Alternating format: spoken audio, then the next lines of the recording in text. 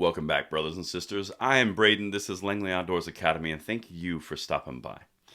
All right, guys, on this episode of Bullet Points to kick the weekend off right, we've got to counter an opinion piece from the Washington Post. I know, it's like I live there. Now, what they're doing is they're tying the $73 million settlement between Sandy Hook families and Remington as this big roadmap and victory to destroying gun companies and making them pay. Now, of course, it's not going to work that way. I'm going to walk you through where the gap in their argument is. And even in this article, they start at grand victory and end up as it might do something, it might not. But it's important for us to hit why this is not a chicken little moment in the gun industry. And really, this is a blip on the radar because there's a lot of details here that undermine the victory and roadmap idea.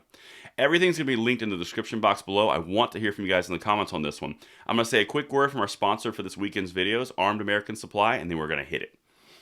Now, our sponsor, Armed American Supply, is a small, family-run business owned by a retired law enforcement officer and his wife. They design, print, and ship everything in-house from their shop in southern New Jersey.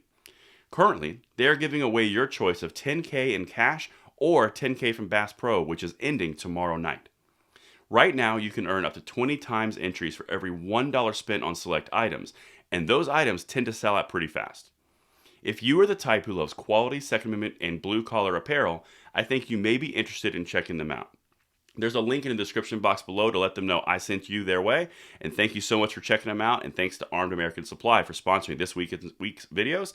But let's get into this Sandy Hook roadmap situation. Opinion. The Sandy Hook settlement offers a roadmap for holding the gun industry accountable.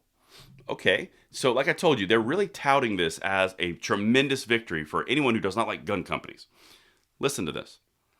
When some of the families who lost loved ones in the Sandy Hook tragedy sued the manufacturer that marketed the assault rifle to kill the situation, they had little chance of prevailing. Okay, so they're already setting it up, but it didn't prevail. It was settled. It's a really important nuance. This is not a ruling. This is a settlement. And even they say they settled here. Let's keep going because there's a lot of stuff to pick apart.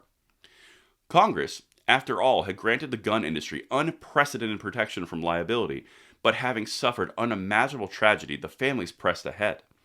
The result was a remarkable victory that puts the gun industry on notice that it can now be held accountable for shootings committed with its products. False, not true. What happened here, and we're going to talk about this in a second, was not around the product itself because that was covered by the PLCAA. They did a workaround and went at the marketing angle. This is very different from what they're touting right here. Check it out. Filed in 2014, the lawsuit survived numerous twists and turns, moving from state to federal court and back as Remington and gun owners groups tried to kill it, including an unsuccessful appeal to the Supreme Court, talking about the PLCAA because this is in conflict. But this is where it gets weird and successful for them, but not on the grounds they're claiming. The Sandy Hook families were able to overcome the immunity defense, which is the PLCAA, by using an exception that allows lawsuits against a gun maker or seller that knowingly violates state or federal laws governing sale and marketing.